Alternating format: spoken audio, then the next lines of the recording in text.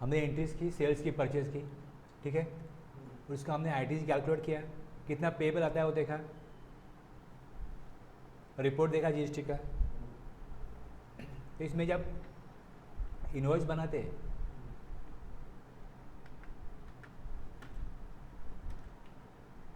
सब सेल करते हैं, इनवॉइस बनाते हैं ना,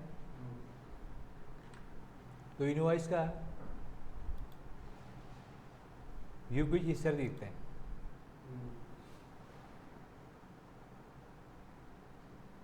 HSN है, क्वांटिटी है, रेट है, अमाउंट है, टैक्सेबल अमाउंट 39,000, CGST 3510, AGST 13510, और नीचे देखिए एनालिसिस है, टैक्सेबल वैल्यू कितनी है, कितना परसेंट GST है, टैक्सेबल सेंट्रल टैक्स पे कितना टैक्स लग रहा है, बस। और नीचे सिग्नेचर, ऑथोराइज सिग्नेटरी, डिक्लेरेशन, इस तरीके से ये जो टैली वाला इनवॉइस दिखता है, ये टैली में इनवॉइस इस तरह मिल जाते हैं। इनवॉइस किस तरह से होना चाहिए, इसका सेक्शन जो है जीएसटी एक्ट में, CGST एक्ट में, वो सेक्शन 39 to 34 है, 31 to 34, सेक्शन 31 to 34, ये 4 सेक्शन जो है। अब इनवॉइस क्या है, इनवॉइस ही सबसे इंपॉर्टेंट डॉक्यूमेंट प्रूफ है। अगर इनवॉइस बन गया और समझो इनवॉइस में वैल्यू आपने कम दी होगी या आपके सप्लायर ने कम दी होगी, तो बाद में वो डेबिट नोट इशू करते हैं। इनवॉइस के बाद में अगर इनवॉइस का कुछ करेक्शन होगा कॉस्ट बढ़ाने के लिए, तो वो डेबिट नोट होगा। या समझो लेट पेमेंट किया तो कुछ लेट चार्जेस होंगे, तो लेट पेमेंट किया, समझो 1 मंथ का क्रेडिट है और 1 मंथ में उसको क्रेडिट नहीं किया, तो उससे ज़्यादा कुछ समझो 1500 रुपये एक्स्ट्रा पेमेंट करना पड़ा, 2000 रुपये एक्स्ट्रा पेमेंट करना पड़ा, तो एक्स्ट्रा पेमेंट का वो डेबिट नोट इशू करेगा, उसके ऊपर भी GST होगा। तो इनवॉइस और डेबिट नोट ये डॉक्यूमेंट प्रूफ है जिसमें कुछ हमने गवर्नमेंट को टैक्स दिया है सप्लायर थ्रू। तो सप्लायर का आपके पास इनवॉइस होना चाहिए और डेबिट नोट होना चाहिए। Tax invoice is an important document, it's only evidence the supply of goods और services, but is also an essential document for the recipient. अगर रिसिपिएंट के पास वैलिड टैक्स इनवॉइस नहीं है तो इनपुट टैक्स क्रेडिट का वो क्लेम नहीं कर सकता। इनपुट टैक्स क्रेडिट का क्लेम कब किया जा सकता है, आपने गुड्स या सर्विस रिसीव की हो, वो सेक्शन में आगे बताऊंगा तब आएगा उसमें, और डॉक्यूमेंट प्रूफ हो आपके पास, उसका पेमेंट कर दिया है, उसका रिटर्न कर दिया है, ये आगे कुछ और शर्तें। लेकिन गुड्स लिया होना चाहिए, सर्विसेज रिसीव्ड की होनी चाहिए, और उसके अगेंस्ट जो टैक्स दे रहे गवर्नमेंट को, कितना टैक्स है, टैक्सेबल अमाउंट कितनी है, किसे सप्लाई लिया था, ये इन्फॉर्मेशन किस में है, इनवॉइस में, तो इनवॉइस होना चाहिए। लेकिन जब सप्लायर इनवॉइस बनाएगा तब सप्लायर को इनवॉइस में क्या क्या इंक्लूड होना चाहिए इन्फॉर्मेशन, ये सेक्शन 31 में कहा गया और इसका रूल भी है। Section 31 tax invoice, section 34 credit debit note. इसके रूल्स जो है 46 to 55A तक रूल है इसके, 1 by 1 देखना पड़ेगा, इसको भी समझना पड़ेगा। इनवॉइस इशू कौन करता है, सप्लायर। तो सप्लायर कौन है पहले समझ लो, इसके लिए सेक्शन 2 में क्लॉज 105 में सप्लायर का डेफिनेशन है। Supplier in relation to any goods और सर्विसेज और both shall mean the person, जो सप्लाई करता है, जब mean the person supplying the said goods, जो पर्सन है जो गुड्स का सप्लाई या सर्विसेज का सप्लाई या दोनों का सप्लाई करता है, एंड शैल इंक्लूड, डायरेक्ट खुद करेगा या एजेंट थ्रू करेगा, agent acting as such on behalf of such supplier in relation to the goods और सर्विसेज और बोथ। तो जो पर्सन सप्लाई करता है गुड्स सर्विसेज का, उसे सप्लायर कहा जाएगा। इन शॉर्ट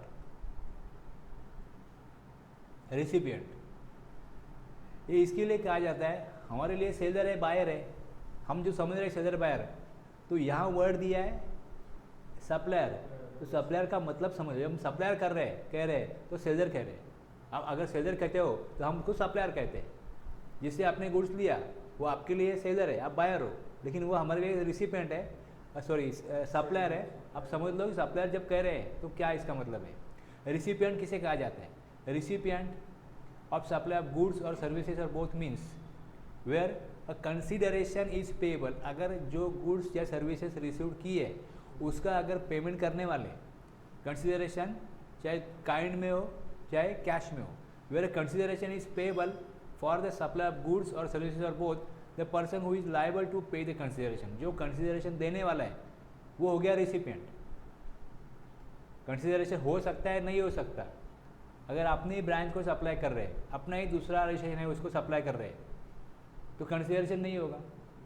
अगर कंसिडरेशन नहीं होगा, where no consideration is payable for the supply of goods the person to whom the goods are delivered or made available or to whom possession or use of the goods is given or made available, जिसको goods दिया जा रहा है, जिसको goods मिल रहा है, जिसके लिए गुड्स अवेलेबल होगा, वो क्या होगा? रिसिपिएंट होगा। अगर कंसिडरेशन नहीं है तो ये गुड्स की बात यहाँ हुई है, गुड्स की बात हुई है, सर्विस की अलग से नीचे। Where no consideration is payable for the supply of a service, the person to whom the service is rendered, जिसे सर्विस दी जाएगी वो रिसिपिएंट है। इस तरीके से पहले समझना पड़ेगा कि सप्लायर कौन है, रिसिपिएंट कौन है। क्रेडिट नोट क्या है, इनवॉइस क्या है और क्वार्टर क्या है। जब क्वार्टर कहा जाता है, quarter shall mean a period comprising 3 consecutive calendar months ending last month March, या ending last month June, ending last month September, या एंडिंग लास्ट मंथ दिसंबर। ऐसा नहीं होगा कि फरवरी मार्च अप्रैल, ऐसा क्वार्टर नहीं होगा। जनवरी फरवरी मार्च, क्वार्टर का एंड मार्च में होगा, जून में होगा, सितंबर में होगा या दिसंबर में होगा। ये क्लॉज 92 में दिया। अब invoice means the tax invoice. अब सेक्शन 31 में जो डॉक्यूमेंट बनाया जाएगा वो टैक्स इनवॉइस होगा। ये क्लॉज 66, क्लॉज बोलेंगे तो 66 और सेक्शन बोलेंगे तो 2। Credit note means document issued by registered person under section 134 में बात की गई है क्रेडिट नोट की और डेबिट नोट की, लेकिन उसका सबसेक्शन 1 है क्रेडिट नोट का, सबसेक्शन 3 है डेबिट नोट का। उसमें जो डॉक्यूमेंट बनाने के लिए कहा गया है वो डेबिट नोट और क्रेडिट नोट है। तो किस तरीके से बनाना है, उसमें क्या कंटेंट्स होंगे, ये अभी आगे हम देखेंगे। इस तरीके से सेक्शन है 31(1), उसमें subsection A be provided that, तो ये क्लॉज ए बी, फिर प्रोवाइडेड दैट सबसेक्शन 2, फिर उसमें प्रोविजो है।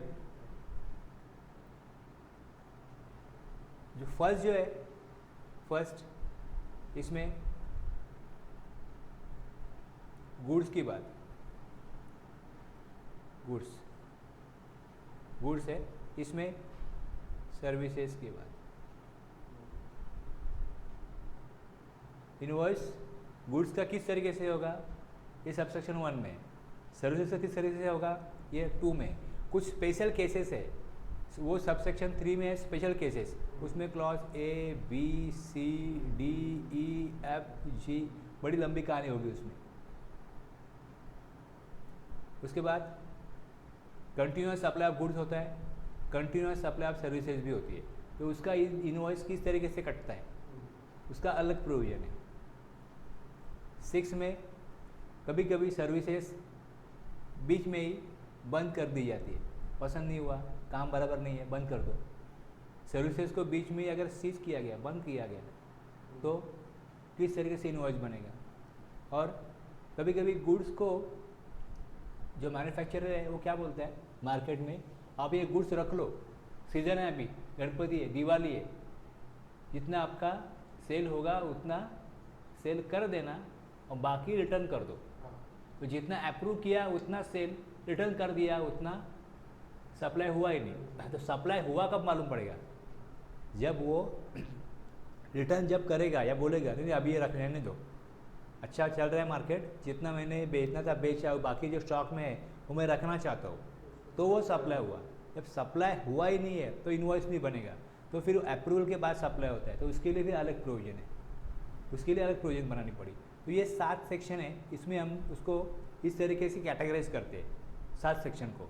एक 31(1) normal case of supply of goods, दूसरा सबसेक्शन 2 में normal case of supply of services, फिर कंटिन्यूस गुड्स, कंटिन्यूस सर्विसेज, ये सेक्शन सबसेक्शन 3 में और 4 में, और 6 में सर्विस अगर क्लोज हुई बीच में तो कहीं किस तरह से इनवॉइस बनेगा, और इन केस ऑफ गुड्स सेंड और टेकन ऑन अप्रूवल और सेल और रिटर्न बेसिस, तो उसके लिए सबसेक्शन 7, और स्पेशल केसेस जो है वो सबसेक्शन 3 में। ये 7 सेक्शन को आप समझ गए तो इनवॉइस और क्रेडिट डेबिट नोट किस तरीके से बनना चाहिए वो समझ जाओगे।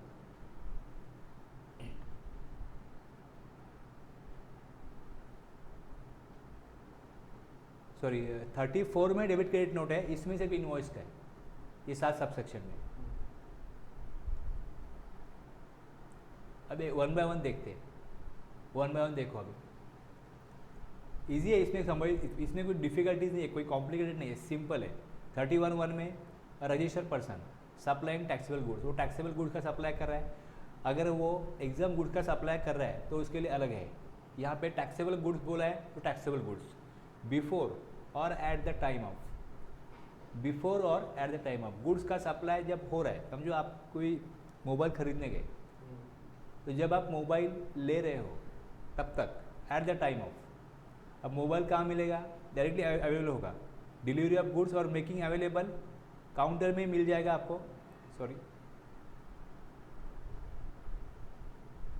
तो मोबाइल जो है आपको काउंटर ही दिया जाए, काउंटर पे आप परचेस करते हो, तो डिलीवरी ऑफ गुड्स और making available thereof to the recipient, अगर रिसिपिएंट को जब इनवॉइस गुड्स दिया जा रहा है, गुड्स और सर्विसेज, सॉरी गुड्स सिर्फ गुड्स है, गुड्स शैल बिफोर और at the time of making available issue a tax invoice. जो शॉप ओनर है उसके लिए क्या इंस्ट्रक्शन है, जब आप अवेलेबल करके दे रहे हो कस्टमर को तब इनवॉइस देना पड़ेगा, उसके पहले भी दे सकते हो, उसके पहले मतलब 1 दिन पहले दे सकते हो, 4 दिन पहले भी दे सकते हो, लेकिन लास्ट टाइम कब है, eight the time of, eight the time of making available, जब उसको अवेलेबल करके दे रहे हो तब लास्ट टाइम है, तब तो आपको इनवॉइस देना ही पड़ेगा। इस इनवॉइस में क्या होगा, issue tax invoice showing the description, quantity and value of goods, the tax charge thereon, इतना ही नहीं होगा, कुछ अदर पर्टिकुलर्स भी होंगे, उसको रूल में बताया जाएगा, उसको रूल में बताया जाएगा। जब यहाँ पे प्रिस्क्राइब लिखते हैं ना, तो प्रिस्क्राइब का भी क्लॉज 87 में बताया हुआ है कि prescribe means prescribe by rules made under this act और the recommendations of the council.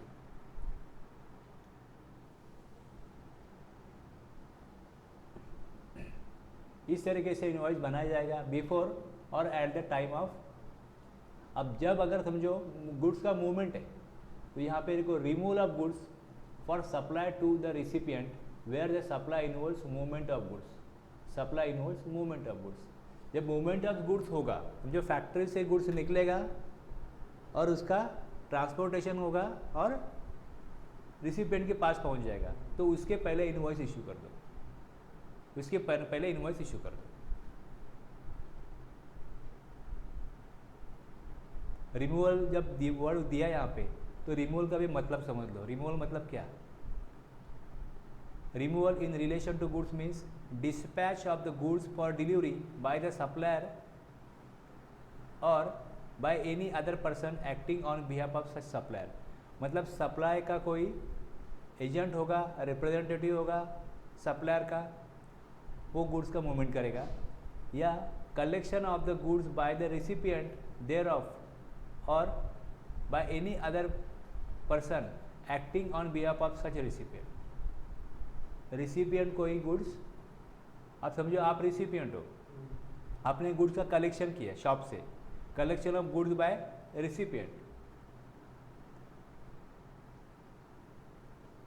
तो क्या हो गया, रिमूवल हो गया, तो रिमूवल हो गया। रिमूवल ऑफ गुड्स का मतलब आपने कलेक्ट किया तो भी रिमूवल ऑफ गुड्स हो गया। गुड्स की डिलीवरी ऑफ गुड्स और making available thereof to the recipient in any other case. Issue a tax invoice showing the description, quantity and value of goods. और registered person कौन होता है, और यहाँ पर दिया ये किसके लिए है एप्लीकेबल है, रजिस्टर्ड पर्सन के लिए एप्लीकेबल है। तो रजिस्टर्ड पर्सन कौन होता है, means a person who is registered under section 25। लेकिन उसको यूआईएन के लिए ये एप्लीकेबल नहीं है, यूआईएन नहीं है, रजिस्टर्ड पर्सन में यूआईएन नहीं आता, क्योंकि यूआईएन कोई सेल करता ही नहीं, यूआईएन कोई सप्लाई करता ही नहीं, तो यूआईएन रजिस्टर्ड पर्सन नहीं है। यूआईएन को इसके लिए रजिस्ट्रेशन दिया जाता है कि उसको रिफंड मिल सके।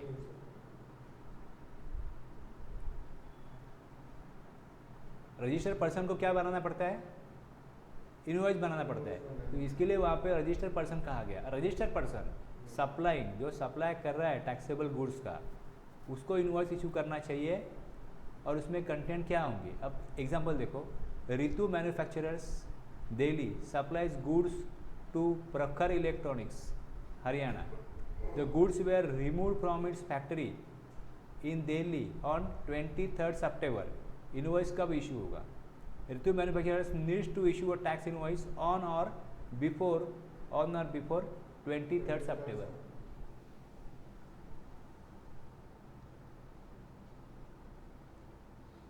जो हमने अभी यहाँ पे देखा, इसमें goods can be removed by way of dispatch by the supplier himself, dispatch by any person acting on behalf of the supplier, उसका एजेंट या representative, collection bye the recipient himself, collection bye any person acting on behalf of recipient by agent और representative.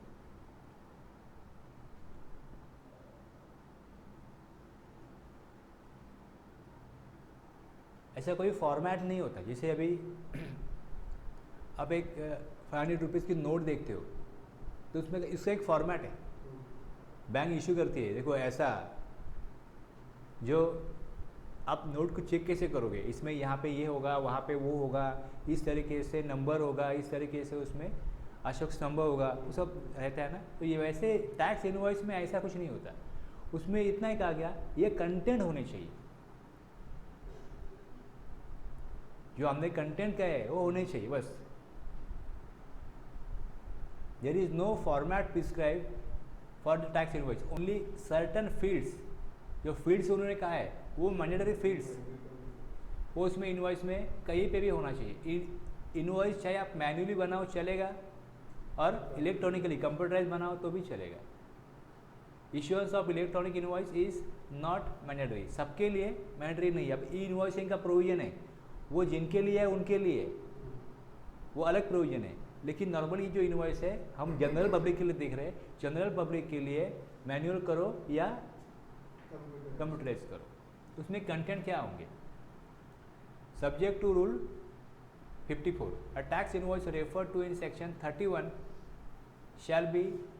अब rule 51 में कुछ special cases के लिए government ने कुछ इनवॉइस बनाने का अलग तरीका दिया, या इनवॉइस बनाने के जो सेक्शनल रूल है उसमें छूट दी गई, वो छूट देने का भी उनको अधिकार ये प्रोविजो में, provided that the government may on the recommendations of the council by notification specify the categories of goods और supplies in respect of which a tax invoice shall be issued within such time and in such manner as may be prescribe. कुछ अलग rule बनाएंगे, उसमें tax invoice किस तरीके से issue होना चाहिए वो बताएंगे कैटेगरी ऑफ गुड्स के लिए। मतलब जहाँ पे ये रूल पॉसिबल नहीं होगा वहाँ पे कुछ अलग रूल बनाया जाएगा। तो यहाँ पे पहले ही दिया कि रूल 54 के लिए ये एप्लीकेबल नहीं है, 55 भी है 54 भी है, इसके लिए ये एप्लीकेबल नहीं है। तो उसमें कंटेंट क्या होंगे, name address and GSTN of the supplier, ये होना ही चाहिए। सप्लायर कौन है, उसका नाम, जो टैक्स कलेक्ट करने वाला है उसका GSTN नंबर क्या है सप्लायर का, नेम एड्रेस। अब जो जिस इनवॉइस से वो इशू कर रहा है उस इनवॉइस का कोई नंबर होना चाहिए, इनवॉइस नंबर, वो consecutive serial number not exceeding, उसका जो नंबर है सीरियल नंबर वो 16 कैरेक्टर से ज़्यादा नहीं होना चाहिए। 16 कैरेक्टर में वन और मल्टीपल सीरीज हो सकती है। जो इनवॉइस वो इशू करेगा, समझो अभी आप महाराष्ट्र में सप्लाई कर रहे हो तो आप उसमें MH डाल के नंबर डाल सकते हो। गुजरात में सप्लाई कर रहे हो तो हाँ, ऐसा कुछ भी समझने के लिए, आपके अंडरस्टैंडिंग के लिए आप डाल सकते हो। उसमें अल्फ़ाबेट हो सकते हैं, नंबर्स हो सकते हैं, स्पेशल कैरेक्टर अगर चाहिए तो हाइफन, डैश, स्लैश यही अलाउड है। @ अलाउड नहीं होगा, हैश अलाउड नहीं होगा, ऐसा कुछ स्टार वगैरह अलाउड नहीं होगा। नंबर के कैरेक्टर 16 तक हो सकते हैं, जिसमें A to Z कैरेक्टर हो सकते हैं, 0 to 9 नंबर हो सकते हैं, और स्पेशल कैरेक्टर हाइफन, डैश और स्लैश। हाइफन, डैश ऐसा आता है ना, हाइफन ये आता है, और स्लैश इस तरीके से। बस यही स्पेशल कैरेक्टर अलाउड होंगे। डेट होना चाहिए इनवॉइस पे, किस डेट पे इशू किया। इफ़ रिसिपिएंट रजिस्टर है तो रिसिपिएंट का नेम, एड्रेस और GSTN होना चाहिए। UIN है तो UIN होना चाहिए, क्योंकि उनको रिफंड के लिए नंबर चाहिए, किसको आपने दिया तो UIN चाहिए। अगर अनरजिस्टर है, अनरजिस्टर्ड पर्सन है, आप डीमार्ट से कुछ माल आपने खरीदा होगा, कभी 2000, 4000, 5000 खरीदा होगा, कभी वो नाम पूछते हैं क्या? If recipient is unregistered and value of supply is 50,000 और मोर, अगर 50,000 से ज़्यादा है तो ही नाम पूछा जाएगा। Name and address of the recipient and the address of the delivery along with the name of state and it's code. 50,000 या उससे ज़्यादा है तो ही नेम एड्रेस कंपलसरी है। लेकिन समझो आपने कुछ गुड्स परचेस किया, आपने कुछ मटेरियल लिया, और आपको आपके इनवॉइस पे आपका नाम चाहिए। लेस दैन 50,000 का गुड्स है आपका, आप उसको अनरजिस्टर्ड पर्सन रिसिपिएंट है, रिक्वेस्ट करते हो, रिक्वेस्ट कि मुझे इनवॉइस पे मेरा नाम डाल के दो, मेरा एड्रेस डाल के दो, recorded in the tax unit, तो उसको रिकॉर्ड करना पड़ेगा। अगर रिसिपिएंट डिमांड करता है, रिसिपिएंट रिक्वेस्ट करता है, तो सप्लायर को, अगर वो अनरजिस्टर्ड सप्लायर है, अनरजिस्टर्ड रिसिपिएंट है, तो सप्लायर रजिस्टर है, रिसिपिएंट अनरजिस्टर्ड है, तो एज पर रूल 46 उसको मैंडेटरी नहीं है, लेकिन रिक्वेस्ट किए करने के बाद डालना पड़ेगा। HSN कोड होना चाहिए, डिस्क्रिप्शन ऑफ गुड्स और सर्विसेज होना चाहिए, quantity in case of goods and unit और यूनिक आइडेंटिटी कोड, मतलब किस तरीके से उसको आप काउंट करते हैं, नंबर्स में, डजन्स में, केजी में, तो वो चाहिए यूनिट और unique quantity code. Total value of supply of goods और सर्विसेज और बोथ, टोटल वैल्यू कितना हुआ सर्विसेज और गुड्स का। उसके बाद सब गुड्स मिला के टैक्सेबल वैल्यू कितना हो रहा है, जिसके ऊपर टैक्स लगाया जा रहा है, गुड्स का या सर्विसेज का। इसमें से डिस्काउंट या अबेटमेंट जो अमाउंट कम किया जाता है वो लेस करके अमाउंट दो, taxable value. Taxable value discount less करने के बाद होनी चाहिए। Rate of tax, central tax का रेट क्या है, स्टेट टैक्स का रेट क्या है, इंटीग्रेटेड टैक्स का रेट क्या है, अगर उसके ऊपर सेस लगता होगा तो सेस का रेट क्या है, अगर यूनियन टेरिटरी होगी तो स्टेट नहीं होगा, फिर यूनियन टेरिटरी होगी। अमाउंट ऑफ टैक्स चार्ज, कितना टैक्स चार्ज हो रहा है, सेंट्रल का, स्टेट का, अगर यूटी है तो यूटी का, इंटीग्रेटेड टैक्स, अगर सेस लगता है उसके ऊपर तो cess. Place of supply along with name and state, अगर इंटर स्टेट सप्लाई है तो स्टेट कौन सा है वो समझ में आना चाहिए, तो state code.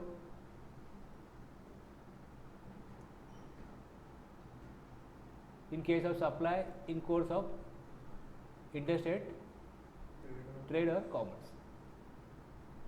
Address of delivery where the same is different from the place of supply, address of delivery where the same is different from the place of supply. Where tax is payable in reverse charge, अगर tax reverse charge में देने वाले तो वो यहाँ पे yes होना चाहिए। हाँ, नीचे ऊपर किधर भी डाल सकते हो, टैली में अपने को नीचे दिखाई दिया, लेकिन मैंने पहले ही बोला ना कोई फॉर्मेट नहीं है कि नीचे होना चाहिए, वो ऊपर।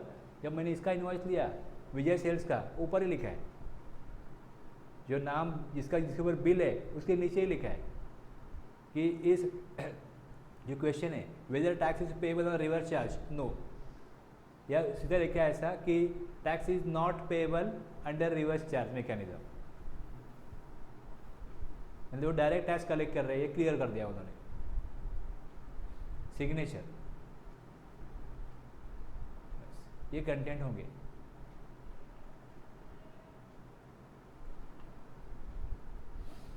अब जो HSN दिया ऊपर, HSN डालने को बोला, HSN के लिए बाद रूल 46 में एक प्रोविजो डाला, अब जब HSN का प्रावधान लागू किया तो इसके पहले के जो लॉ थे, GST के एप्लीकेबल होने से पहले जो लॉ थे, तब एक्साइज में, कस्टम में, वहाँ पे लोगों को आदत थी HSN डालने की, लेकिन जो डिस्ट्रीब्यूटर ट्रेडर, अब समझो छोटा कोई बिजनेस है, अब एक ट्यूबलाइट लेने गए, बल्ब लेने गए, इनवॉइस बनाना पड़ेगा उसको एज पर रूल। अब उसको कितने हार्डवेयर के शॉप में कितने सारे आइटम होते हैं, हार्डवेयर इलेक्ट्रॉनिक्स, छोटा मोटा आइटम कोई भी लेने आता है, बिल बनाओ, अब वो मैन्युअली बिल बनाते हैं तो उसको देखना पड़ेगा ना HSN कौन सा है, तो HSN की उसको लिस्ट, एक डायरी लेके बैठना पड़ेगा, तो इसका नाम क्या है वो देखो। जो कंप्यूटर है उसमें भी प्रॉब्लम नहीं है, जिनके पास कंप्यूटराइज बिलिंग है उनके लिए कोई प्रॉब्लम नहीं है, एक बार डाल दिया HSN आ जाता है, जिस वहाँ पे नाम टाइप किया वो नाम आ जाएगा ना लिस्ट में, उसका HSN भी उसको जब बनाया तब डाल दिया है, ले लेगा वो। लेकिन जो मैन्युअली बिलिंग करते हैं उनके लिए बहुत कठिनाई का काम था, इसके लिए गवर्नमेंट को मालूम था जब हम ये एप्लीकेबल करेंगे तो लोग ऑब्जेक्शन लेंगे HSN डालने के लिए, फिर क्या डिफ़िकल्टी है वो बताएंगे और उनका प्रॉब्लम जेन्युइन होगा। तो इसके लिए ये प्रोविजन पहले जब लॉ बना दिया, और इसमें यह कहा कि provided that the government may on the recommendation of the council by notification, government notification निकालने का इसमें पावर रखती है, वो नोटिफिकेशन निकाल के गवर्नमेंट क्या करेगी, कुछ लोगों को राहत देगी HSN डालने के लिए। The number of digits of harmonized system of nomenclature code for goods or services that a class of registered person shall be required to mention for such period as may be specified in said notification। Government notification निकालेगी और number of digit कितने डालने चाहिए कुछ class of person के लिए ये बताएगी।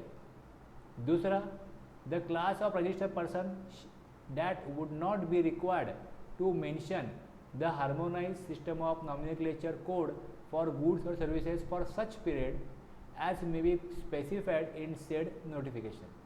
तीसरा, the class of registered person that would not be required to mention the harmonized system of nomenclature code for goods or services।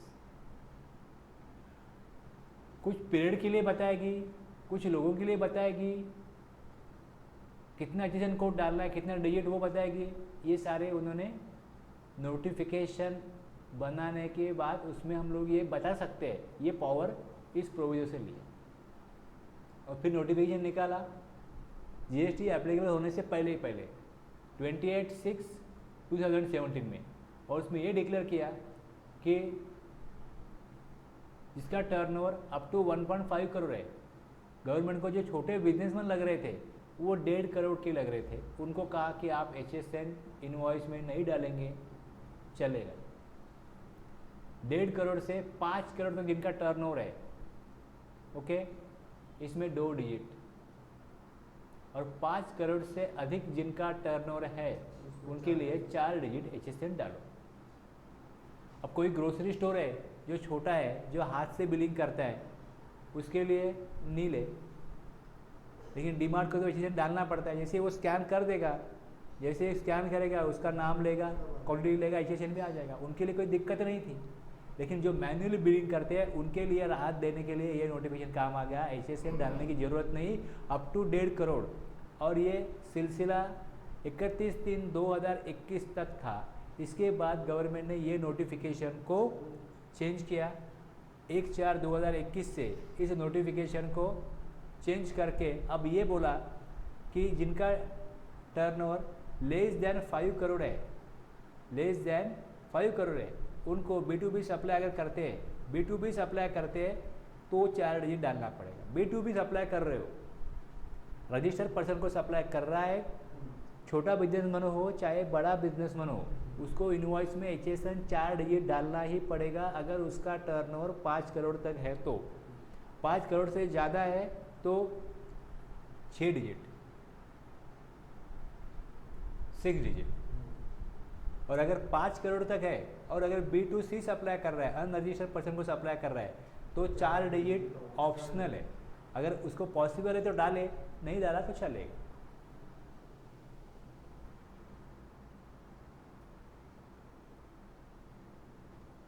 तो 1.5 करोड़ का लिमिट उन्होंने जो कैटेगरी थी वो 5 करोड़ की, और 3 कैटेगरी पहले थी ना, वो 2 कैटेगरी में ही सबको बिठा दिया, एक 5 करोड़ के नीचे, एक 5 करोड़ के ऊपर।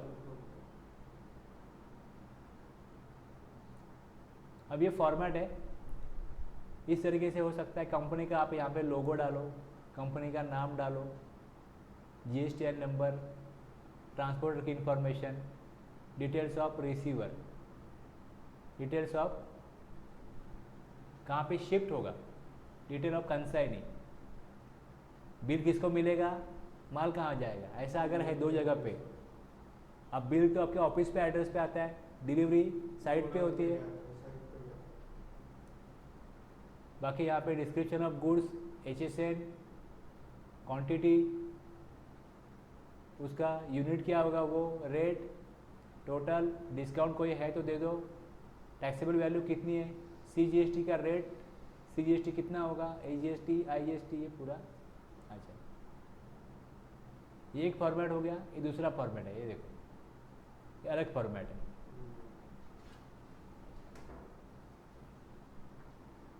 हेडिंग में यहाँ पे टैक्स इनवॉइस है, हेडिंग में टैक्स इनवॉइस है, नीचे यहाँ हेडिंग में टैक्स इनवॉइस है।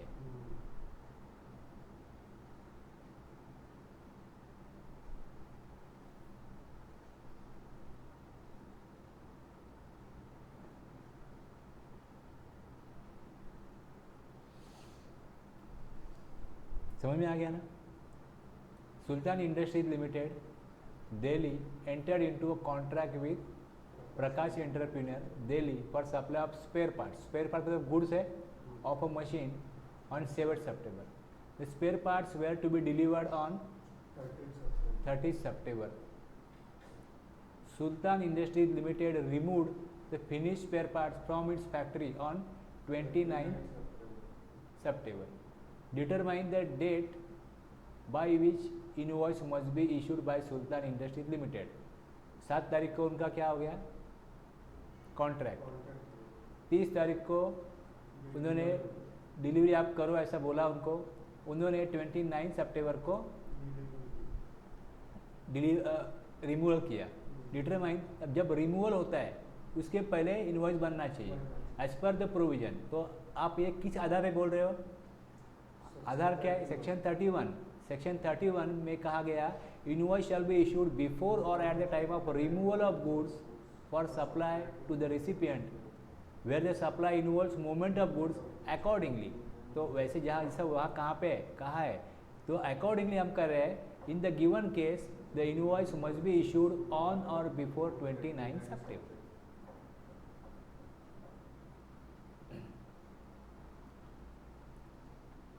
ये कंटेंट है, याद रखने के लिए ऐसा लिखा है। GSTN होना चाहिए, नंबर होना चाहिए, रजिस्टर जो रिसिपेंट है वो रजिस्टर है तो उसका GST है, उसका name address, HSN, description of goods services, quantity in case of goods, total value of supply, total value, taxable value of supply, जो टैक्स होंगे CGST, AGST, वो amount of tax charge, place of supply, address of delivery अगर different है तो वो tax payable reverse charge पे है क्या, और signature.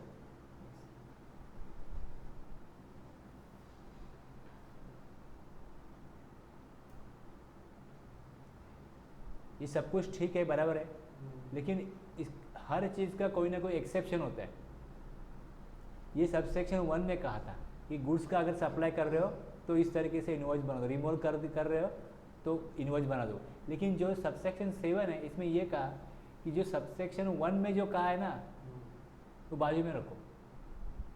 Notwithstanding anything contain in subsection 1, subsection 1 में कुछ भी कहा हो, लेकिन वेयर का मतलब है वेयर, अगर इस तरीके से सिचुएशन डिफरेंट है अभी, where the goods being sent or taken on approval for sale, goods भेजे गए या लिए गए अप्रूवल फॉर सेल, जब अप्रूव करेंगे तो ही हमने आपसे गुड्स लिया ऐसा माना जाएगा, या आपसे परचेज किया ये माना जाएगा। अभी हम लेके जा रहे या मैं आपको दे रहा हूँ, लेकिन ये अभी अपना सेल नहीं है, आपसे बिकेगा तो सेल होगा, या आप बोलोगे मुझसे आगे बिकेगा रख दो, तो अप्रूवल हो गया, तो वो अप्रूवल हो गया।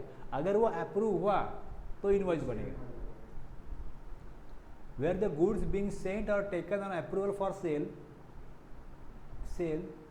Approval for sale or return, sale करेंगे या रिटर्न करेंगे, आर रिमूव्ड, उसको अगर रिमूव किया गया है before the supply takes place, मतलब सप्लाई तब होगा ना, अभी सप्लाई तो हुआ नहीं है, जब वो सेल करेगा या रिटर्न करेगा तो कितना सप्लाई हुआ ये मालूम पड़ेगा।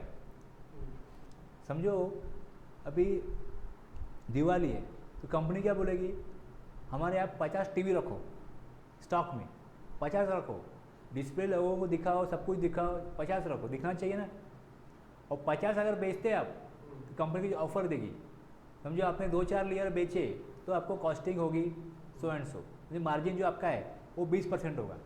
लेकिन अगर आपने 50 पूरे बेच दिए तो आपको हम 30% मार्जिन लेंगे, तो मतलब लोगों को वो रिक्वायरमेंट वही टीवी करेगा ना, तो उसके पास होना भी चाहिए स्टॉक में, तो बोलते 50 स्टॉक में रखो, और 50 बेच दिए तो आपको 30% मार्जिन, और 50 से कम बेचे, इस तरीके से डील चलता होगा ना। कुछ मटेरियल ऐसे होते हैं सीजन में बिकते हैं, जैसे छाते हैं, रेनकोट है, कंपनी बोलेगी हमारा रखो, इतना अगर महीने में बेच दिया तो मार्जिन ज़्यादा मिलेगा, तो मार्जिन ज़्यादा मिलेगा तो बिका तो पैसा भी देना पड़ेगा ना, तो 1 महीने बाद वो आएगा, 1 महीने बाद आके बोलेगा पैसा दो, कितना बिका, सब बेच दिया, या थोड़ा बाकी है तो मैं बेचूंगा 1 महीने में, तो डिस्काउंट दो, लेकिन पूरा डिस्काउंट चाहिए। तब वो जब वो रिटर्न कर रहा है या रिटर्न करने मांगने के लिए आ रहा है, तब सेल कितना हुआ ये पता चलेगा, सेल मतलब सप्लाई कितना हुआ वो पता चलेगा। जब सप्लाई पता चलेगा उसका एक पीरियड है, ये जो सप्लाई पता करते हो ना, ये 6 मंथ में होना ही चाहिए, 6 मंथ का पीरियड दिया। अगर 6 मंथ में कुछ इंटीमेट नहीं होता है तो सप्लाई हो गया ऐसा माना जाएगा, और उसके पहले अगर बता दिया गया 1 महीने में, 15 दिन में, तो सप्लाई हो गया और इनवॉइस इसी तब करना पड़ेगा। पूरा पढ़ता हूँ मैं। Notwithstanding anything contain in subsection 1 where the goods being sent or taken on approval for sale or return are removed before the supply takes place, invoice कब बनेगा, the invoice shall be issued, invoice कब बनेगा, एक जब बताया जाएगा before और at the time of supply, और दूसरा अगर वो टाइम चला गया 6 मंथ पार हो गया डेट ऑफ रिमूवल से, तो इनवॉइस इशू करो, मतलब सप्लाई हो गया अभी। विच एवर इज अर्लियर, दोनों में से अर्लियर क्या है,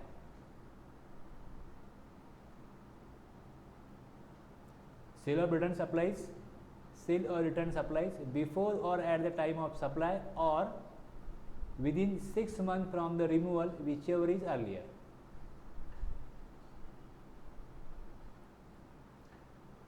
गुड्स एक्सपोर्ट होते हैं इन case of export of goods, या सेज में सप्लाई होते हैं, स्पेशल इकोनॉमिक जोन में सप्लाई होता है, तो उसके ऊपर जो रिसिपिएंट होता है उसको गवर्नमेंट को टैक्स नहीं देना पड़ता, और अगर सप्लायर ने टैक्स लगा दिया तो सप्लायर को गवर्नमेंट रिफंड देती है, और अगर उसके पास लेटर ऑफ अंडरटेकिंग है तो उसके अगेंस्ट उसको without payment of GST supply वो कर सकता है, क्योंकि ये जीरो रेट सप्लाई में आता है।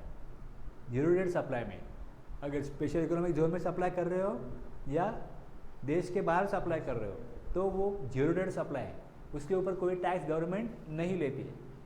तो इसमें जब इनवॉइस बनेगा तो इनवॉइस में इस तरीके से अलग से ये वर्डिंग होने चाहिए, सप्लाई मीन फॉर एक्सपोर्ट या supply to SEZ unit or SEZ developer for authorise operation under bond or letter of undertaking without payment of tax. अगर विदाउट पेमेंट ऑफ टैक्स है तो आपके पास एलयूडी या बॉन्ड है, तो किस कंट्री के लिए आप सेंड कर रहे हो, कंट्री का नाम लिखो और बॉन्ड जो है इशू हुआ उसका नंबर लिखो और किस पीरियड के लिए बॉन्ड आपको गवर्नमेंट ने दिया है या जो लेटर ऑफ अंडरटेकिंग दिया है उसका डेट लिखो। बस ये एक्स्ट्रा है। अगर सेज में या देश के बाहर सप्लाई होता है तो ये लिखना अनिवार्य होगा, क्योंकि आप जीरो रेटेड सप्लाई कर रहे हो और टैक्स नहीं पे कर रहे हो, तो टैक्स पे किए बिना सप्लाई करने का अधिकार किस लिए मिला, एलयूडी की वजह से मिला, तो एलयूडी का नंबर लिखो और गवर्नमेंट को मालूम पड़ना चाहिए कि ये स्पेशल इनवॉइस है एक्सपोर्ट का या सेल्स का, इसके लिए ऊपर ऐसा हेडिंग आना चाहिए। इसके लिए प्रोविजो है थर्ड प्रोविजो टू रूल 46, इसमें ये लिखा गया, इसमें ये कहा गया। सप्लायर क्या करेगा, सप्लाई करेगा तो इनवॉइस इशू करेगा, रिसिपिएंट के पास इनवॉइस होगा। जब रिटर्न कर देगा सप्लायर तो इनवॉइस की इंफॉर्मेशन अपलोड कर देगा, फर्निश कर देगा जीएसआर 1 में।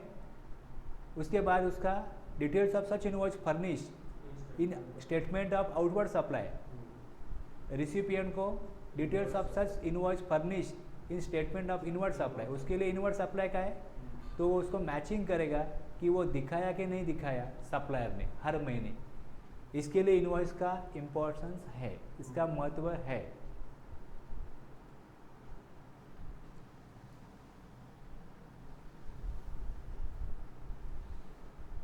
अब जब इनपुट टैक्स क्रेडिट का सेक्शन देखोगे तो समझो इनवॉइस बना हुआ है लेकिन इनवॉइस में पूरी जानकारी नहीं है, तो क्या इनपुट टैक्स क्रेडिट ले पाएगा रिसिपिएंट? जितने पॉइंट्स दिए उतने पॉइंट्स अगर नहीं है, उसमें कुछ पॉइंट्स कम है, तो उसमें आईटीसी के सेक्शन में ये दिया हुआ है कि मिनिमम क्या इंफॉर्मेशन इनवॉइस के ऊपर होनी चाहिए अगर आईटीसी क्लेम करना है। तो सारी जानकारी नहीं होगी तो भी चलेगा, लेकिन कुछ स्पेसिफिक इंफॉर्मेशन है वो होनी चाहिए।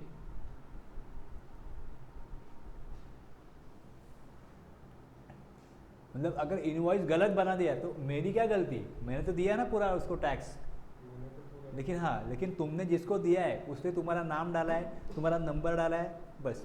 तो कुछ ऐसी चीज़ें हैं, और कितना अमाउंट का मटेरियल दिया उसका टैक्सेबल अमाउंट है और टैक्स कितना है, तो ये 4-5 चीज़ें हैं। वो उसमें अगर है ना तो भी उसने गलत इनवॉइस बना दिया तो उसने ऑब्लिगेशन जो उसको है as a registered taxable person, registered person, as a registered person उसको कहा गया था कि आप इनवॉइस इशू करो, ये डालो, तो उसने वैसा नहीं डाला तो उसके ऊपर कुछ पेनल्टी फाइन गवर्नमेंट लगा सकती है। लेकिन इसका आईटीसी नहीं रोकेगी, इसको पूरा क्रेडिट मिल जाएगा अगर वो मिनिमम जो कंटेंट गवर्नमेंट ने कहे है उसमें है। तो फिर यहाँ पे ध्यान रखना होगा रेसिपिएंट को कि इनवॉइस जो मैं ले रहा हूँ उसमें एटलीस्ट ये चीज़ें तो आ रही है ना, ये अगर है तो ही मुझे आईटीसी मिलेगा, तो उसको वो देखना चाहिए। तो जब मैं वो बताऊंगा आईटीसी वाला सेक्शन तब मैं याद करूंगा कि देखो ये वैसा इनवॉइस नहीं है, पूरा कंटेंट नहीं है, लेकिन एटलीस्ट ये कुछ कंटेंट दिए वो है तो आईटीसी मिलेगा।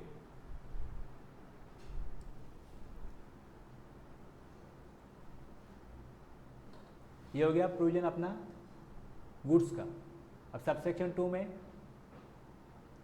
Registered person supplying taxable services before or after, देखो इसमें आफ्टर वर्ड आ गया। गुड्स में क्या था, बिफोर और at the time of removal of goods. यहाँ पे बाद में भी, सर्विस देने के बाद में भी आप इनवॉइस बना सकते हो। After the provision of service but within a prescribe period, कुछ टाइम लिमिट दिया हुआ है, उस टाइम लिमिट में इनवॉइस को इशू करना पड़ेगा। आप सर्विस दे रहे हो, सर्विस का आपका काम चल रहा है, first floor, second floor, third floor, कुछ एग्रीमेंट होगा ना आपका कि अगर मेरा फर्स्ट फ्लोर कंप्लीट हो जाएगा, आपको कॉन्ट्रैक्ट दिया फर्स्ट फ्लोर करके दो या स्लैब डाल के दो। अब स्लैब डालने के बाद ही उसका बिल रिलीज होगा। अगर क्वालिटी ख़राब है तो फिर बोलेंगे बराबर काम नहीं किया। तो इसके लिए सर्विस के केस में गुड्स का तो क्या, सामने आप क्वालिटी देखते हो, ये गुड्स है, ये सामने सामने देख लो बराबर है, क्या कॉस्ट है ये पसंद आ गया ले लो। सर्विस का वैसा नहीं होता। इसके लिए सर्विस के लिए सर्विस का काम चलने दो, सर्विस होने दो, उसके बाद भी प्रोविजन ऑफ सर्विस होने के बाद भी एक टाइम दिया है, उस टाइम में इनवॉइस बन जाएगा। मतलब सर्विस तो दे दी, अब उसका क्वालिटी टेस्ट होगा, क्वालिटी बराबर है कि नहीं टेस्ट होगा, तो उसको टाइम जाएगा ना। जो इंजीनियर है वो देखेगा, वो आएगा, जो एक्सपर्ट है वो टेस्ट करेगा, उसके बाद जो टेस्ट हुआ है उसका कुछ डॉक्यूमेंटेशन होगा, रिकॉर्ड होगा, उसके बाद में अप्रूवल आ गया कि ओके सर्विस बराबर है। जब तक ये नहीं होता तब तक कुछ पीरियड जाएगा ना। आप मोबाइल पे पोस्टपेड सर्विस लेते हो, सर्विस कब ली? 1 महीने के लिए, और उसका जो रिकॉर्ड होना चाहिए, कितना SMS किया, कितना कॉल किया, कितना डेटा यूज़ किया, सिस्टम में रिकॉर्ड हुआ। उसके बाद इनवॉइस बनाने के लिए कुछ टाइम तो जाएगा, वो डेटा फिर बिलिंग सॉफ्टवेयर में एंटर होगा, उसके बाद बिल बनेगा, फिर वो डिलीवर होगा, तो टाइम तो चाहिए ना।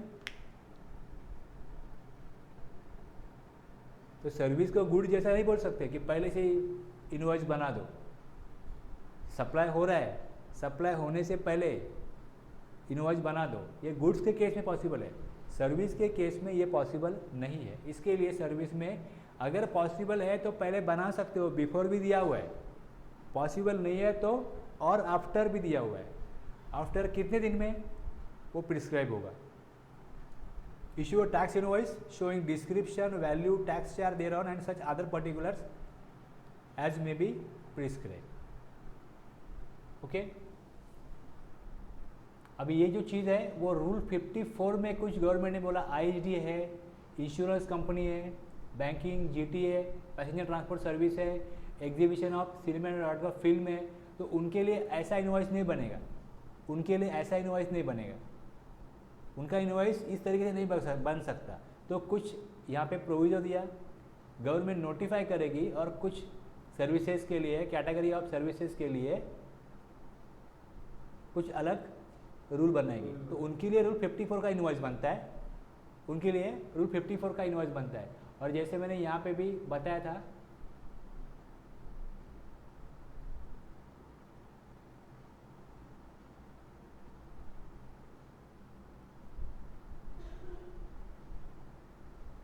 गुड्स की जो प्रोविजन है इसमें भी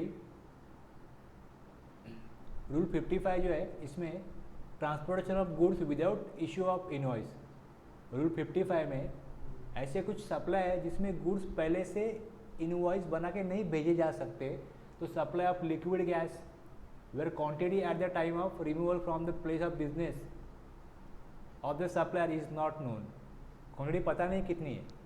transportation of goods for job work, job work के लिए गुड्स जा रहे हैं, सप्लाई नहीं हो रहा है, तब इनवॉइस इशू नहीं होगा।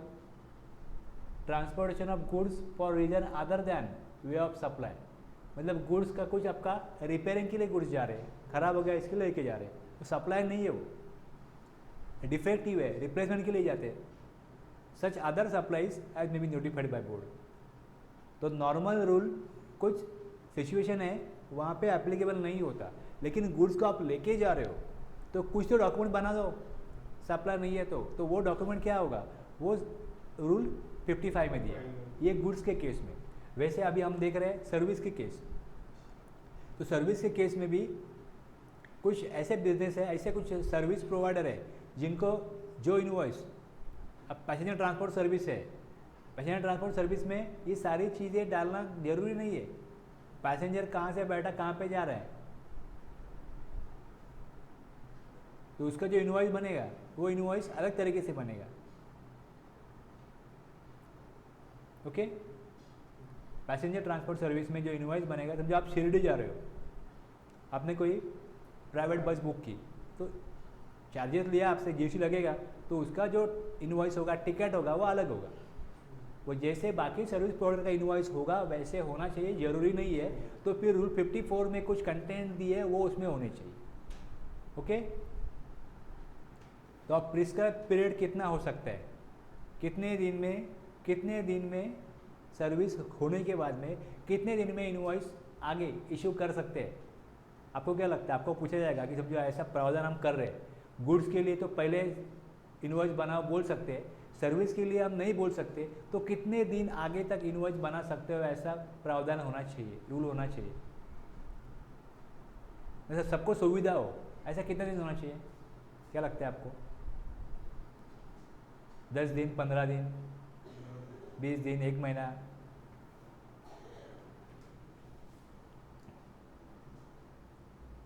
Invoice shall be issued before or after the provision of service but within prescribe period. वो गवर्नमेंट ने रखा 30 दिन, और कुछ बिजनेस के लिए 45 डेज भी दिया। Government on recommendation by notification may specify category of services for which any other document issued shall be deem to be tax invoice. जो डॉक्यूमेंट वो इनवॉइस करेगी वो टैक्स इनवॉइस होगा। जो बाकी मैंने बताया ना, नोटिफिकेशन निकाल के बाकी बिजनेस के लिए जो वो बना रहे हैं वो टैक्स इनवॉइस ही है। लेकिन ये 30 दिन 45 दिन किसके लिए, ये अभी देखेंगे। 30 दिन 45 डेज दिया जाता है बैंकिंग कंपनीज को, provided that where the supplier of service is an insurer of banking company or a financial institution including a non banking financial company, the period within which the invoice or any document in lieu of thereof is to be issued shall be 45 days from the date of supply of service। Supply हो गया service का, ये final होने के बाद भी उनको 45 दिन दिया गया, बाकी लोगों को 30 दिन। The invoice refer to in rule 46 in case of taxable supply of services shall be issued within a period of 30 days from the date of supply of service. 1 महीने के बीच में, 1 महीने में कुछ क्यों ना हो, टैक्स तो मिलेगा ना, ले लो 1 महीना, खुश हो जाओ। बैंक के लिए 45 डेज। या उन्होंने हड़ताल किया, कुछ भी किया, स्ट्राइक किया, फिर भी छुट्टी पे गया, ले लो 45 डेज, बना दो इनवॉइस।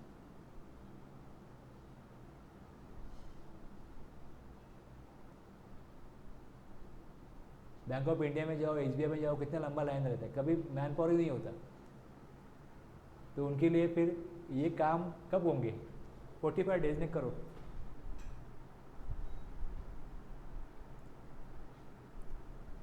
रूल 46 में इनवॉइस बनेगा। ओके,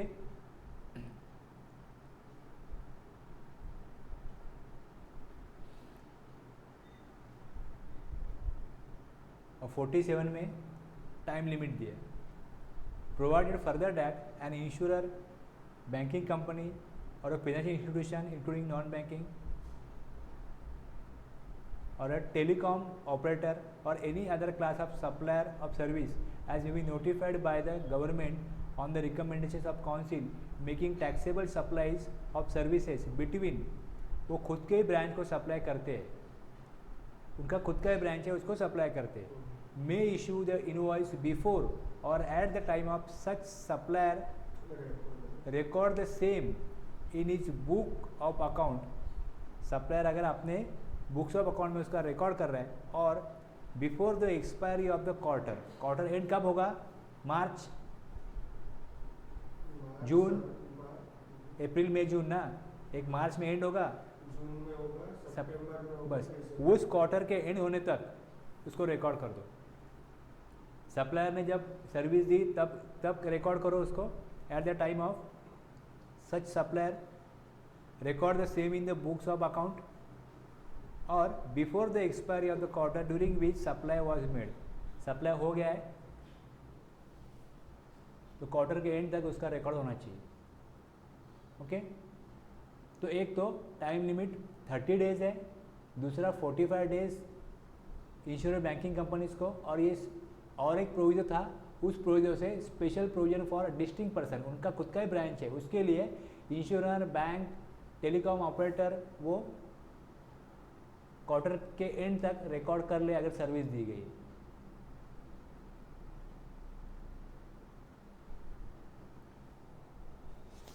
अब इसका एग्जांपल देखो।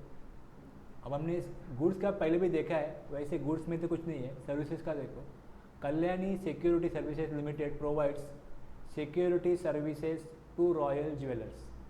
सिक्योरिटी सर्विस चाहिए ज्वेलर्स को उसने सिक्योरिटी सर्विस दी for their jewellery exhibition to be organise on 5 October. 5 अक्टूबर को ऑर्गेनाइज हुआ jewellery exhibition. Kalyani security services limited needs to issue a tax invoice. अब 5 अक्टूबर से लेकर 30 दिन तक इनवॉइस इशू कर सकता है वो। तो 30वां दिन जो होता है ऑन और बिफोर 4 नवंबर, 4 नवंबर से पहले वो इनवॉइस इशू करे। पहले किया तो चलेगा, ऑन और बिफोर 4th। ऑन और बिफोर 4th में 5 अक्टूबर है, उसने 4 अक्टूबर को भी किया तो भी चलेगा। लास्ट डे कब होगा इशू करने का? 4 नवंबर।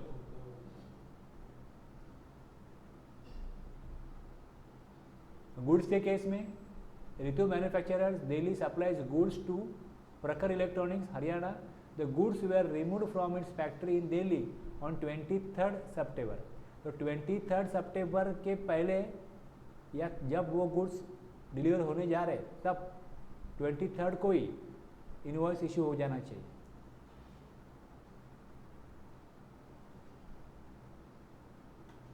ठीक है, उसको ही समरी दी है। अभी जो बताया हमने जो देखा सबसेक्शन 1 गुड्स का रिमूवल ऑफ गुड्स, उसमें एक मूवमेंट ऑफ गुड्स होगा, दूसरा मूवमेंट ऑफ गुड्स नहीं है, दो है उसमें बस। Invoice shall be issued before और एट द टाइम ऑफ ये। और सर्विस की केस ये है। सर्विस की केस में 30 दिन में, 45 डेज में, और वो खुद को ही सप्लाई कर रहे हैं खुद की बैच को, तो बस जब सप्लायर रिकॉर्ड कर रहा है तब, या क्वार्टर एंड होने तक उसको रिसिपिएंट रिकॉर्ड कर ले, मैं इशू टैक्स इनवॉइस इशू कर दे। अब क्या क्या देखा हमने पूरा समझ लो। टैक्सेबल सप्लाई है या तो गुड्स का होगा या सर्विस का होगा। गुड्स का होगा तो 30 दिन में 45 दिन में इनवॉइस इशू होगा, और सर्विस का होगा तो अगर सबसेक्शन 1 का है तो मूवमेंट ऑफ गुड्स होगा या नहीं होगा, तो eight the time of removal, eight the time of delivery. और दूसरा हमने देखा सबसेक्शन 7 में cell or return supplies. Cell or return supplies तो जब वो कंफर्म होगा बिफोर और एट द टाइम ऑफ, अगर 6 मंथ के पहले कंफर्म हुआ तो तब सप्लाई हो गया, तब इनवॉइस इशू करो। अदरवाइज 6 मंथ तक कंफर्मेशन नहीं मिला तो सप्लाई हो गया, इनवॉइस इशू करो। रूल 46 इनवॉइस की कंटेंट बताता है, 47 टाइम लिमिट बताता है, और 48 में मैनर ऑफ इशूइंग इनवॉइस, किस तरीके से इनवॉइस इशू होंगे। तो इनवॉइस की 3 कॉपी इशू करेगा गुड्स का supplier. The invoice shall be prepared in triplicate in case of supply of goods. अगर सप्लाई ऑफ गुड्स होने जा रहा है तो 3 कॉपी करो। एक कॉपी किसके लिए? ओरिजिनल कॉपी दे दो रिसिपिएंट को, डुप्लीकेट ट्रांसपोर्टर को, और तीसरी कॉपी सप्लायर अपने लिए रखेगा। सप्लायर अपने लिए तीसरी कॉपी रखेगा। और सर्विस की कोई डिलीवरी नहीं होती तो सर्विस के लिए ओरिजिनल कॉपी रिसिपिएंट के लिए, डुप्लीकेट सप्लायर के लिए।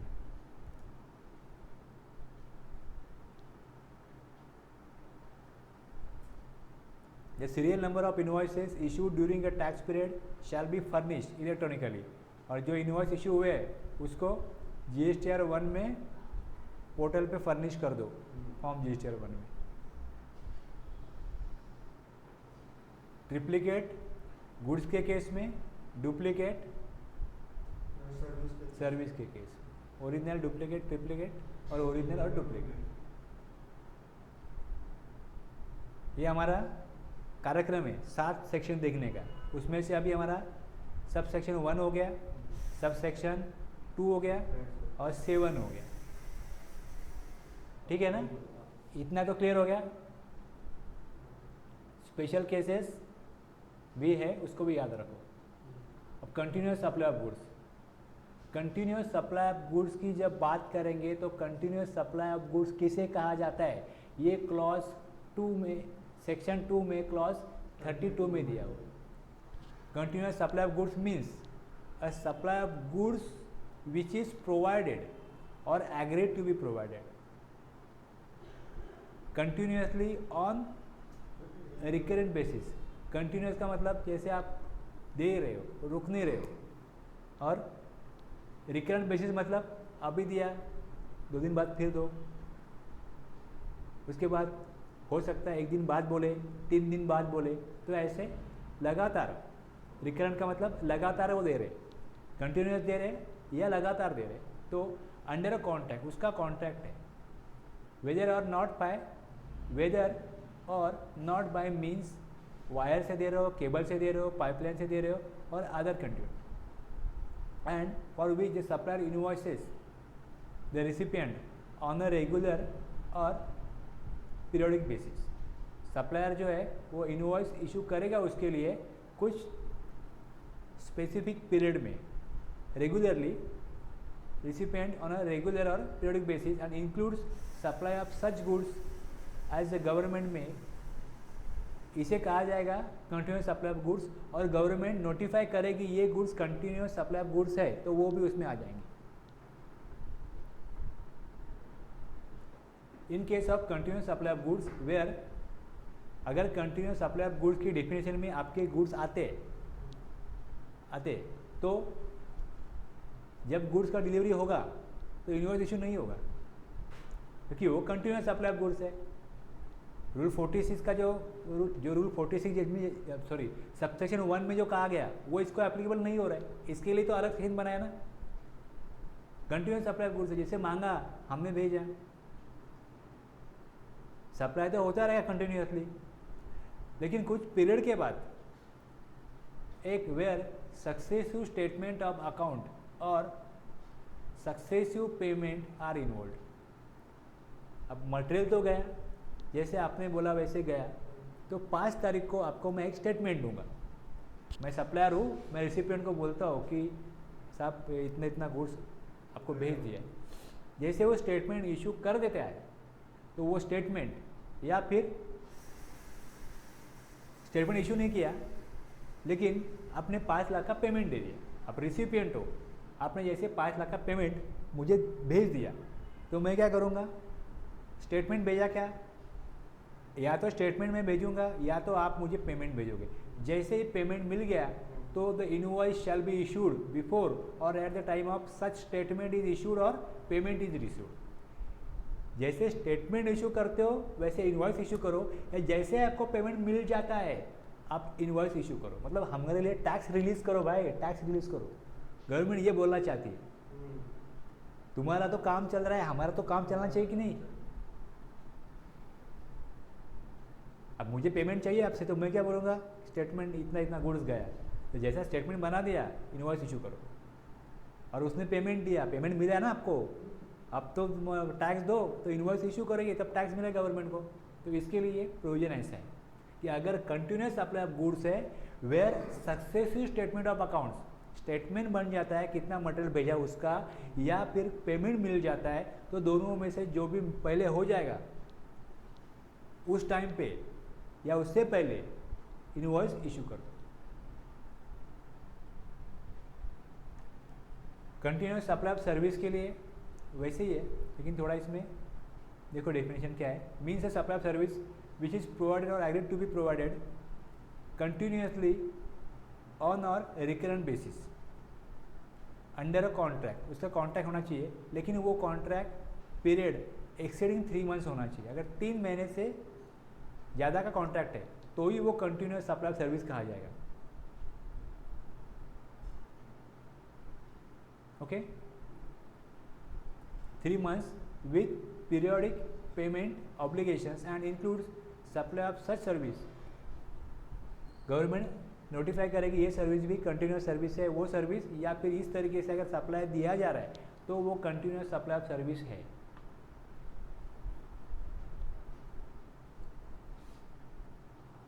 अब देखो इसमें क्या किस तरीके से लिखा है, subject to the provision of subsection 13(1)(3)(d), अगर एडवांस लिया तो एडवांस के ऊपर टैक्स जमा करना पड़ता है, वो तो अलग प्रोविजन है, ठीक है। एडवांस नहीं दिया है तो in case of continuous supply of service है where the due date of payment is ascertainable. अगर ऐसा फिक्स है, कॉन्ट्रैक्ट में फिक्स है कि 5 तारीख को आप पेमेंट करोगे, तो ड्यू डेट है where the due date of payment is ascertainable, the invoice shall be issued on और before the due date of payment. तो पेमेंट से पहले इनवॉइस इशू कर सकते हो, कोई प्रॉब्लम नहीं है। दूसरा, payment is not ascertainable, payment कोई फिक्स नहीं है। The invoice shall be issued before और at the time when the supplier of service received the payment. जब पेमेंट मिलेगा तो उसको पेमेंट मिलेगा तो इनवॉइस, हाँ इनवॉइस इशू करना पड़ेगा। दूसरा, where the payment is link to the completion of event. अगर ऐसा कहा गया कि जब फ्लोर कंप्लीट होगा, सर्विस खत्म, तब पेमेंट मिलेगा आपको। पेमेंट कब मिलेगा? जब आपका स्लैब आप बना रहे हो वो कंप्लीट हो जाएगा तो पेमेंट मिलेगा। Where the payment is link to the completion of event the invoice shall be issued on और before the date of completion of that event.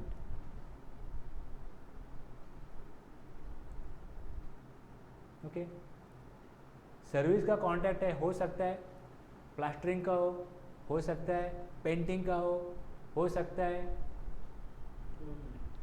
कि आजू बाजू में कुछ सामान पड़ा है वो सब उठा के साफ करके दो, कुछ भी हो सकता है।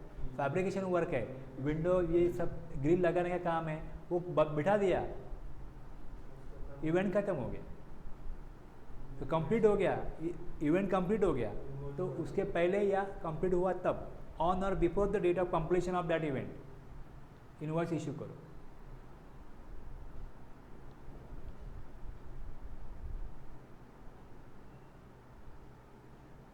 इनवॉइस इशू कब होगा?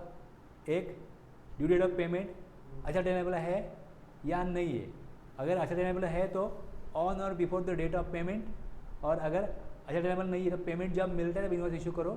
और इवेंट को अगर लिंक है तो इवेंट जैसे कंप्लीशन होता है, कंप्लीशन होने से पहले या कंप्लीट हुआ तब इनवॉइस इशू करो। बस ये 3 सिचुएशन दी है यहाँ पे। उसका एक एग्जांपल लेते हो और रुकते हैं फिर।